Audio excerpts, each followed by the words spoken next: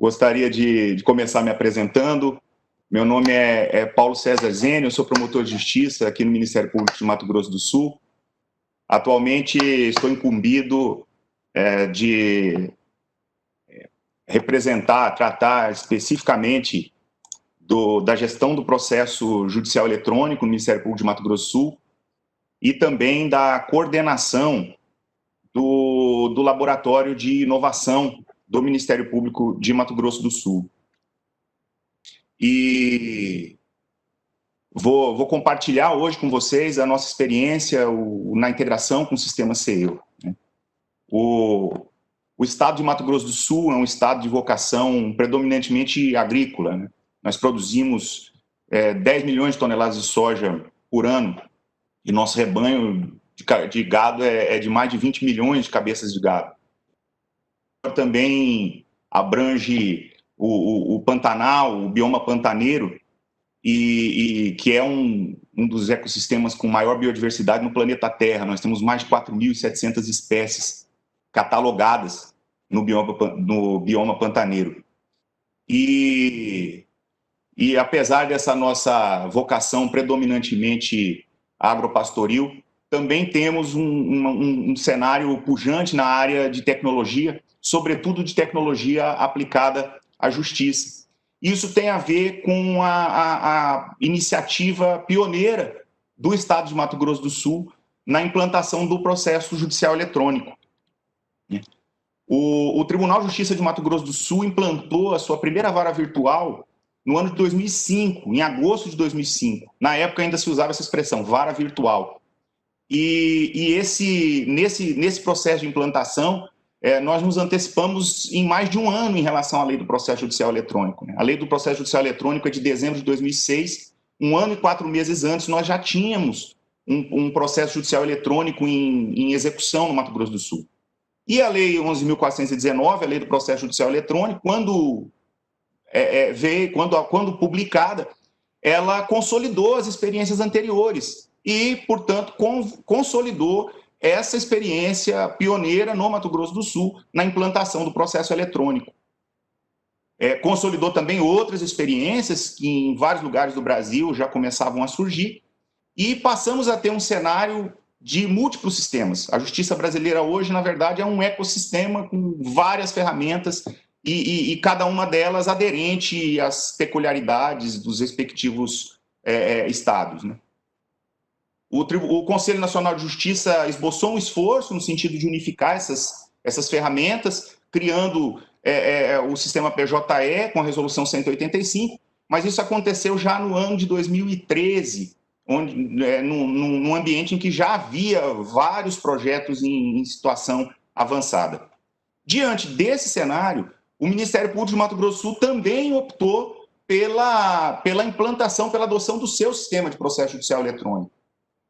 E por isso nós iniciamos o projeto Guaicuru em agosto do ano de 2014, inspirados aí nessa figura, essa imagem do nosso índio Guaicuru, que durante séculos dominou aqui as nossas terras, e conseguimos implantar um sistema que já era conhecido nosso, porque era o mesmo sistema utilizado pelo Tribunal de Justiça. Esse projeto durou mais ou menos 18 meses de implantação, e nós conseguimos, ao final, 3 grandes objetivos. A integração com o Tribunal de Justiça de Mato Grosso do Sul, total, peticionamento, intimação, visualização dos autos, importação de processos, compartilhamento de metadados. Conseguimos a automação do processo de distribuição dos processos, conseguimos configurar o robô para que ele receba as intimações todas e distribua em tempo real, instantaneamente, de modo automático, para todas as promotorias de justiça, sem necessidade de análise ou qualquer tipo de intervenção manual.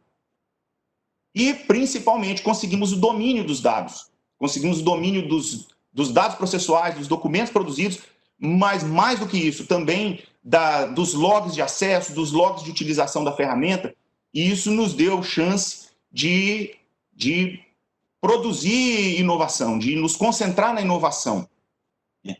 E nesse processo de inovação nós tivemos grande liberdade e grandes oportunidades. O nosso guerreiro Guaicuru aí pôde implantar o painel da integração, que consiste no uso de ferramenta de BI para fazer um monitoramento de todo o fluxo de processo judicial entre o Ministério Público e o Poder Judiciário, tanto aí a vinda do processo quanto a sua volta. Nós tivemos condição de criar um mapa do crime, georreferenciando todos os delitos cadastrados nos inquéritos policiais e nas ações penais do Ministério Público. Nós criamos o sistema única instância, que é um sistema que aumentou a comunicação entre os promotores de justiça e os procuradores de justiça, o primeiro e o segundo grau. Isso fez com que, no prazo de um ano, a gente mais que dobrasse a produtividade na área de recursos especiais extraordinários.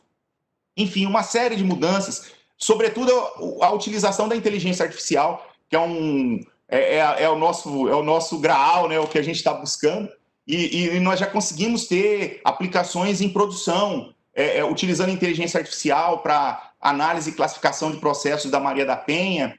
Nós já temos uso de inteligência artificial para identificação de entidades nomeadas nos processos de tráfico de drogas, a partir da análise dos documentos. Nós já temos a ferramenta de gravação de audiências com o uso de inteligência artificial. Vamos entregar na semana que vem o robô da ficha limpa aos promotores eleitorais. É uma ferramenta que vai utilizar também de ferramentas de inteligência artificial para a identificação dos candidatos inelegíveis, né, potencializando a atuação das promotorias eleitorais no controle dos registros de candidatura. E também, hoje à tarde, no Colégio de Procuradores, a gente entrega o sistema de monitoramento de recursos. Enfim, há uma fila ainda de entregas que a gente pretende fazer ainda no ano de 2020, mas tudo isso graças a essa tranquilidade, essa base que nos foi dada pela integração e pelo uso de um sistema nosso, sobre o qual nós temos o domínio. Mas no ano passado nós tivemos um susto, porque o Conselho Nacional de Justiça iniciou um projeto muito interessante, voltado ao aprimoramento da execução penal no Brasil, chamado Justiça Presente. Uma das linhas de trabalho da Justiça Presente é a implantação de um sistema único de execução penal, ou seja, o próprio Conselho Nacional de Justiça, de certo modo, mitiga aquela ideia de concentração, unificação do processo eletrônico no PJE, de modo a implantar também o CNJ, um segundo sistema de processo eletrônico exclusivo para a execução penal, o CEU. Mas essa adoção foi bastante impactante do lado do Ministério Público, porque o CEU ele tem uma série de ferramentas, é um procedimento, um sistema interessante, mas ele foi focado na atuação dos juízes, na atuação do judiciário, dos cartórios. O foco dele é no sistema judiciário. E isso gerou um impacto grande no Ministério Público, porque não há muitas ferramentas de automação dedicadas aos promotores de justiça. Ou seja, os promotores de justiça passaram a ter apenas uma suíte básica de funcionalidades, e a maior parte daquelas rotinas, gestão de documentos, gestão de processos, registros para relatório, produção de dados, tudo isso teve que voltar a ser feito de modo manual, o que é absolutamente impossível numa promotoria de execução penal, porque as promotorias de execução penal, todos nós sabemos, trabalham com um volume colossal de processos, são cargas gigantescas, e por isso nós precisávamos trazer os promotores de volta para o sistema. E aí veio esse esforço, esse projeto iniciado no final do ano passado, em novembro do ano passado, para que a gente pudesse resgatar os promotores de justiça que estavam fora do nosso sistema, tendo que utilizar um sistema externo e, portanto, tendo que utilizar ainda de rotinas manuais, e, ao mesmo tempo, trazendo eles de volta para o nosso ambiente, permitir que eles se valessem de todas as outras ferramentas que a gente desenvolve na área de inovação a partir dos dados e da estrutura do sistema de processo eletrônico. Esse projeto foi bem sucedido, e aqui eu menciono os envolvidos, porque foi uma demanda do Ministério Público de Mato Grosso do Sul, mas, na verdade, ela dependeu da colaboração de uma série de agentes, e os primeiros que eu menciono são os nossos amigos do Ministério Público do Distrito Federal e Territórios, que nos ajudou imensamente, nos recebeu lá em Brasília, compartilhou informações, experiências, dados, enfim, nos deu um suporte muito importante para catalisar o processo de integração, que era para a gente algo muito urgente. Também o Ministério Público do Ceará, um grande parceiro nosso aqui no Mato Grosso do Sul, a gente compartilha o mesmo sistema, a gente usa o mesmo sistema de processo eletrônico. Dr. o Dr. Halley, que é o coordenador do Laboratório de Inovação lá no MP do Ceará, viajou com a gente para Brasília mais de uma vez, nos ajudou lá nas conversas. A Softplan, que é a empresa que presta para o Ministério Público de Mato Grosso do Sul a suporte na área de desenvolvimento e evolução de sistemas, que comprou a ideia, percebeu a relevância do assunto e não mediu esforços. Mas, em especial, e eu deixei por último a referência, a equipe do Conselho Nacional de Justiça. A gente sabe que o esforço lá do CNJ é muito importante, é grande, porque eles estão ali administrando a implantação do CEU em todo o Brasil, então não é fácil, mas mesmo assim eles não mediram esforços. Então, nosso agradecimento, nossa referência aí ao desembargador Von Adamec, a equipe dele, sobretudo ao doutor Luiz Lanfredi, juiz de direito, que nos atendeu fim de semana, e a equipe do CEU, o chefe da equipe, o Lino, que coordena tão bem, o Eli, que coordena também, tão bem, o Lino também, que nos atendia praticamente diariamente. Enfim, todas essas pessoas juntas contribuíram para que a gente conseguisse evoluir num prazo bem curto a integração, utilizando o MNI, mas é evidente que esse é um ponto que a gente observa.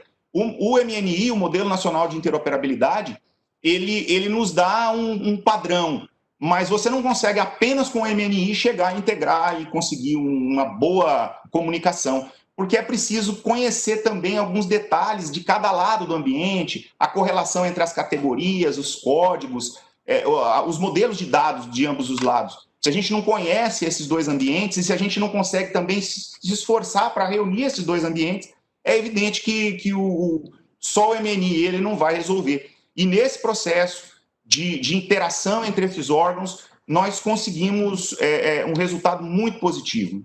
A integração entrou com força total no dia 15 de junho de 2020 e até o dia 18 de agosto, ou seja, um pouquinho mais de 2 meses, esses são os números alcançados. Nós já importamos, via integração, mais de 12 mil processos, mais de 9 mil peticionamentos realizados pela integração, mais de 11 mil intimações recebidas nesse período. Seria algo que manualmente hercúleo, algo que não seria possível executar. E graças à integração, a gente traz de volta os promotores de execução penal para dentro do nosso sistema e eles conseguem tratar os processos de execução penal que são do CEU como qualquer outro processo. É invisível para eles a origem desse processo.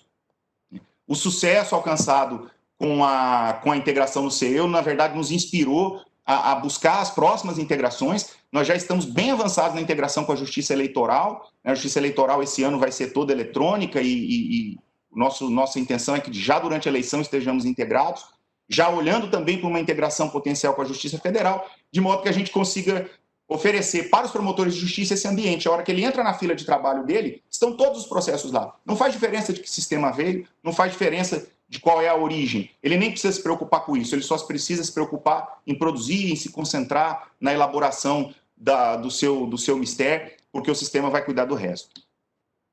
O aprendizado, eu acho que essa aqui é a parte mais relevante a se trazer. As nossas conclusões dessa experiência de integração. A gente fala muito de inteligência artificial, learning machine, redes neurais, e é evidente, todo mundo quer buscar essas coisas disruptivas, essas coisas novas, mas é preciso um olhar para o que é simples, um olhar para as coisas básicas. A integração, na verdade, não é uma novidade, é uma coisa antiga, é uma coisa muito simples, mas se ela não funciona bem, se ela não é boa, a gente, na verdade, não consegue ter um cenário favorável, propício à inovação e à construção daquelas grandes ideias disruptivas. Então, a primeira lição é essa. A gente precisa olhar para o simples também. Integração. Integração não é novidade, não tem inteligência artificial. Beleza, não tem, mas ela é a base de tudo e a gente precisa ter foco nessa simplicidade. E a integração é fundamental. Nesse cenário, nesse ambiente, múltiplos sistemas, em vários tribunais de justiça, em vários ministérios públicos, não só nos ministérios públicos e tribunais, nas polícias, nos órgãos governamentais, a gente precisa olhar para a integração como algo que vai ser o saneamento básico para que nós possamos evoluir também em inovação, dar o passo adiante com essas tecnologias mais avançadas. E aí, a minha última conclusão, a importância de nós também olharmos para o MNI e evoluirmos no MNI. A experiência de integração nos mostrou que o Modelo Nacional de Interoperabilidade ele funciona, nós estamos integrados, mas a gente já observa uma série de pontos que mereciam evolução, mereciam aprimoramento, talvez inclusive evoluções de ordem tecnológica, alterar alguns métodos utilizados no MNI, que nós já dispomos de funcionalidades que podem ser superiores, e às vezes a gente olha tanto para outras coisas e o MNI está um pouco defasado na nossa leitura, ele precisava evoluir. E embora ele já nos atenda bem, sempre é bom a gente melhorar, né, em tecnologia. Então essas são as 3 grandes conclusões que eu gostaria de compartilhar, fico à disposição para o debate, para a conversa, né, fazer aqui esse agradecimento a toda a equipe de organização do evento, ao Piccoli em particular, fazer também o nosso agradecimento aos nossos colegas do Ministério Público de Santa Catarina, parabenizá-los pela iniciativa, pelo apoio a um evento tão importante como esse. Então, esse é a nossa conclusão. Faço aqui o agradecimento, Piccoli, obrigado. Um grande abraço a todos.